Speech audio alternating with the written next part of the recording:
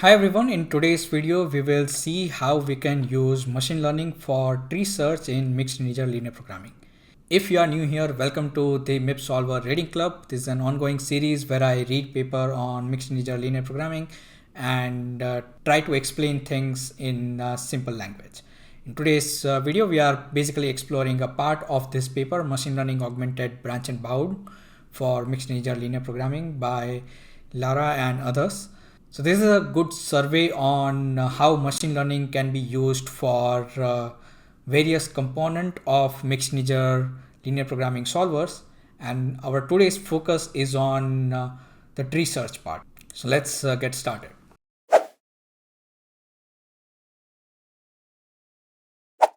Okay, so for branching, we will consider two parts. So first one will be variable selection, and then the second part we will talk about the node selection. So let's start first with variable selection. Okay, so the problem is to find out which variable to select for branching, and we want to use machine learning for that. Okay, so there are lots of ways in which we can do that. So first one is by imitating strong branching. So why do we want to imitate strong branching? It's because strong branching is kind of known for producing very small search trees. But at the same time, we also know that strong branching is very expensive. So strong branching actually branches on all the candidate variables and then sees like which variable improved the bound the most, and it will pick that variable for branching. So obviously, like evaluating each and every candidate variable like this is super expensive. So we want to avoid that.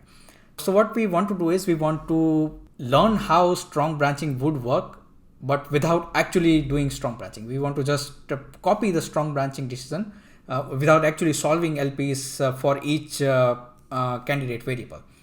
So that's basically where we use machine learning methods for that, right? So first one is basically we can learn the strong branching scores.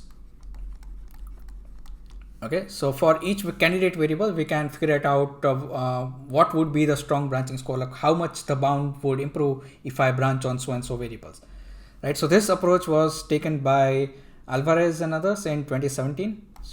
And there is an online version for this. So by the way, this version is the offline version. So where we basically take a bunch of homogeneous mixed integer programs and then train a machine learning model on that, and then at the testing time we just deploy that model. Whereas the online version is basically like we don't have any model at the beginning. We are starting from scratch for every instance, and as we solve this instance, so initially actual strong branching will be on, and the machine learning model will be basically observing that strong branching. And after a while, it will basically start copying it, right? So it will have figured out what would the strong branching scores would be, and it will try to predict those for after it has finished learning. So that's the online version. That was in 2016. Basically, like the kind of, we are still trying to figure out the strong branching scores. It's kind of good, like we can predict strong branching scores, but there is an improvement on this. So that's basically where we don't learn the strong branching score, but we rather learn strong branching rankings, right? So that this is actually the one which is more relevant, because after learning the scores, we are anyway picking up the variable which is the best score. So instead of doing that, we can just directly try to predict the ranking and basically use that ranking for figuring out which variable to branch on. And so the point is that learning the ranking is sometimes easier than learning the actual scores. So that makes things a bit faster or more efficient rather. So this approach was taken by Khalil and others in 2016. And this also was an online version. So basically we are learning things on the go.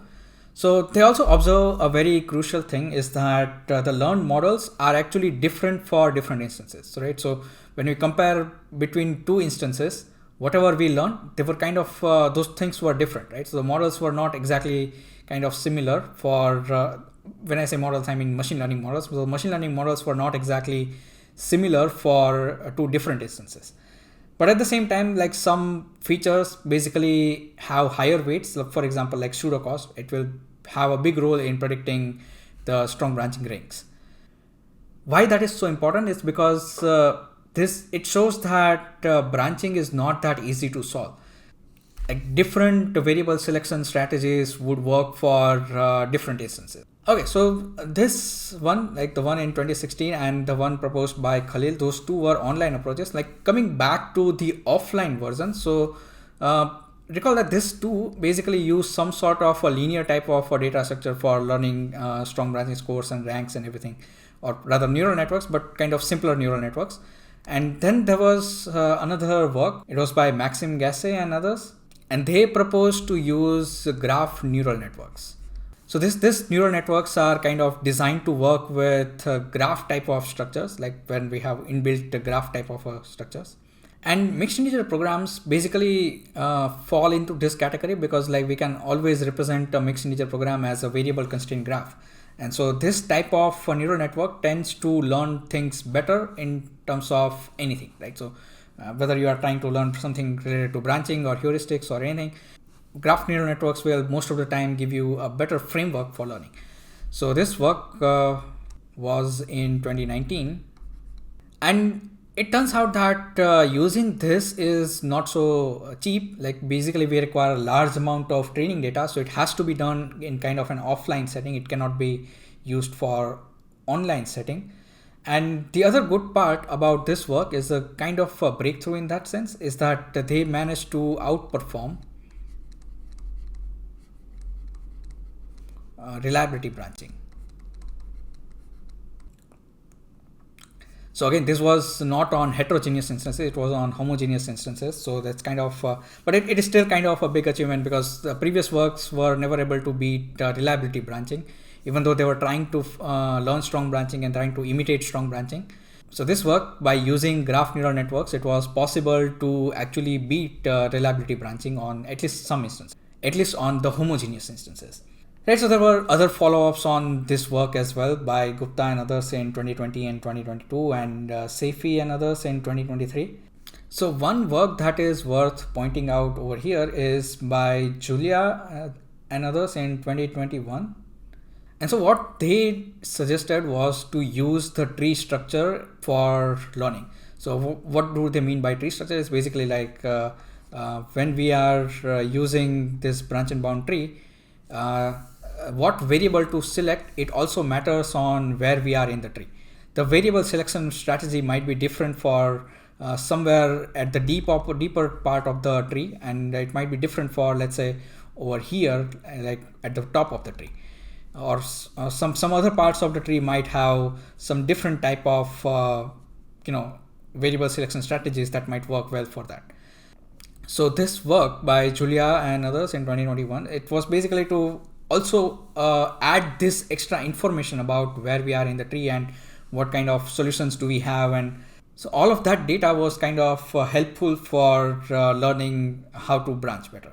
Okay, so that was about imitating strong branching, and Gerard and others in 2018 pointed out that it might not always be beneficial to imitate strong branching.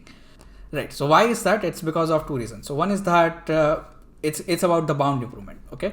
So when we are doing strong branching, right? Let's say we are over here and we picked one variable. We have some candidate variables x, y, z, and so on and so forth. Okay. And let's say we start with evaluating x, and we take up branch and down branch and for x, and same things we are going to do for all the other variables.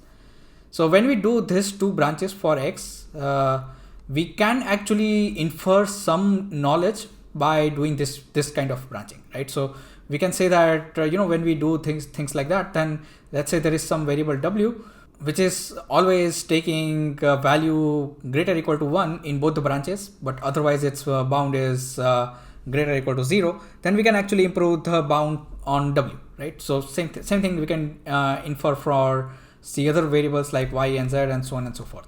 So this information, like the variable bound for w that can change from 0 to 1, that we could figure out because we tried to evaluate this variable x. And when we actually branched on it, we figured out that in both the branches it is taking values which is greater than 1. So that knowledge would be lost if I'm just trying to imitate strong branching, right? So if I just try to predict the score for variable x or x, y, z, all of these variables, then I would not to be able to figure out that the bound for W is can be actually improved. So that's like one shortage. Like even if I perfectly try to copy the strong branching, I will miss out on some extra information that is added because of strong branching. And the other case is that when strong branching is itself is not that helpful, right? So for example, let's say over here the bound was 5.5, and in both the branches the bounds are just 5.5, right? So in all the candidate variables, right? So they are basically kind of equal in terms of branching. Like here also, if I try to branch on X, it's same 5.5, 5.5. Here also it's same. Here also it's same, and so on and so forth. So it basically like all the variables are kind of in a tie, and that tends to happen in a lot of MIPs, right? So not at every node when we branch we improve the bound. So when that happens, in that case is like copying strong branching or even evaluating strong branching, it's kind of pointless. So those cases, imitating strong branching won't work. So in order to avoid those kind of scenarios, people started making efforts on expert free branching, or rather they started using reinforcement learning, right? So there is no expert, which is there is no, we are not trying to copy any existing branching rule. We are trying to figure it out what to branch on from scratch, right? So basically we are using reinforcement learning for that. And this kind of work was done by a lot of other people. I'm going to list a couple of them. So one was by Ethieu and others in 2020, and Scavuzzo and others in 2022. So this works basically how used reinforcement learning, and this one was actually they basically compared it with the Maxime Gasset and others work, who basically use graph neural networks for imitating strong branching. And so these people basically showed that when this kind of scenarios happen where the bounds are not improving, right, in that case imitating strong branching, the Maxime Gasset and their work, their branching model was not as good as this people's work. And of course, like when we are using reinforcement learning, we are basically hoping that we will find out a branching rule that is better than all of the existing branching rules, but that is kind of yet to happen. At least it is somewhat happening in homogeneous instances where the instances where we are learning things on the similar type of instances and then evaluating again on the same type of instances. But on the heterogeneous instances, we still haven't found anything which is kind of beating the existing branching rules, which is basically reliability branching or hybrid branching. So that's kind of one shortfall for all of this learning to branch kind of a work.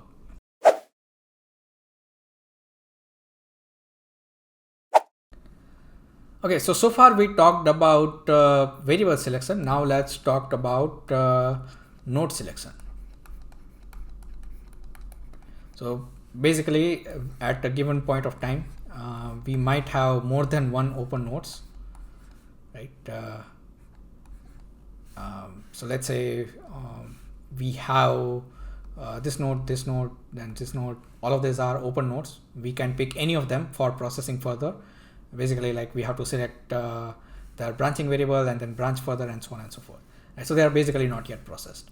So on a high level, there are a lot of simple strategies. So first one is, let's say, best first search. And when we talk about best, we are basically looking for improving the lower bound, right? So the one that is giving me the best lower bound, that is the one that we are going to pick.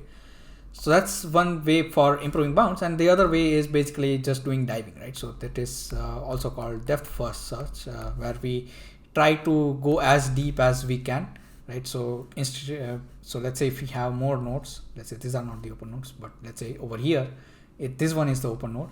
In that case, we'll pick this one because it is at a higher depth, and so it has more likely to find a feasible solution compared to all the processing any of the other nodes, right? So it is basically like trying to balance between these two goals, where on one hand we are trying to find feasible solutions, and on the other hand we are trying to find basically improve the bounds. In practice, basically we use some combination of these two strategies, right? So we want to do both. We want to also find the feasible solutions, and we also want to improve the bounds. So the goal is that it is just like the variable selection, everything over here also is kind of a heuristic. We don't know a best way of figuring out which node to process next. So the goal is that we want to use machine learning for that. So there are lots of ways in which we can use machine learning. So one is that let's say we have an instance and we basically solve this instance, and then we have figured out that, okay, this particular path over here is the optimal solution. Okay, so we have basically figured out, we have solved this instance, we have found the optimal solution, we have proved the optimality and everything, and now we are going to train an machine learning model to basically go for this path. At every stage when we have a node selection problem, we will use this machine learning model to try to predict a node, try to select a node which is in this path, so that we might end up finding this optimal solution faster. Once we have found the optimal solution, then processing other nodes might be easier, because all we have to do is, in the worst case, we have to prune it. Right, so of course, like not every node we will be able to prune, but a lot of nodes we will be able to prune, and it will be hopefully faster than we finding other solutions first. So this approach was taken by he and others in 2014.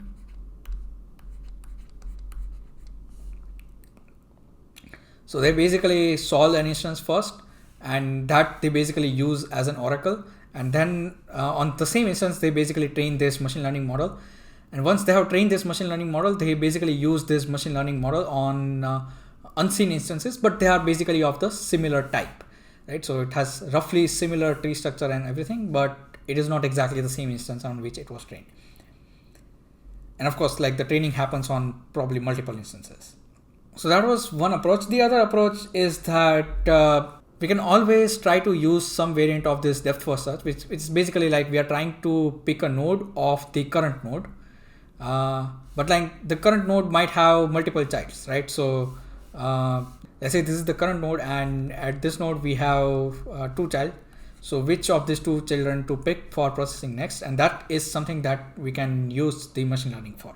So this kind of an machine learning approach was taken by Yilmaz and York Smith in 2021. So there was another work very recently in 2022 by Labasi and others. So they basically said that instead of basically trying to doing this kind of depth first search and trying to find out the optimal solutions, we'll basically try to learn a way to compare any 2 nodes in the tree. So let's say if I want to compare this node with let's say this node, then all I have at this point of time is what is their LP relaxation, but that is not sufficient information. So we basically try to find a machine learning model, or basically some neural network, which will predict some evaluation number. I don't know what that is, but better the number is, like let's say higher number is better, then we can just directly compare these 2 nodes, and then whichever number is higher, then we will pick that node for evaluation next.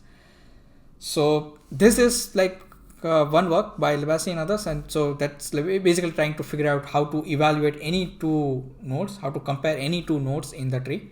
And that evaluation function can also be used for existing node selection strategies. And so those existing node selection strategies only use the LP relaxation, but they will now have that neural network prediction as well. That's basically some extra data. And finally, I'll mention the work that was done by Khalil and others in 2022. So this work, I think we discussed even in the ML for primal heuristics part as well. So they basically try to predict an optimal solution. So not only they just try to predict the optimal solution, but they use that predicted optimal solution for node selection as well.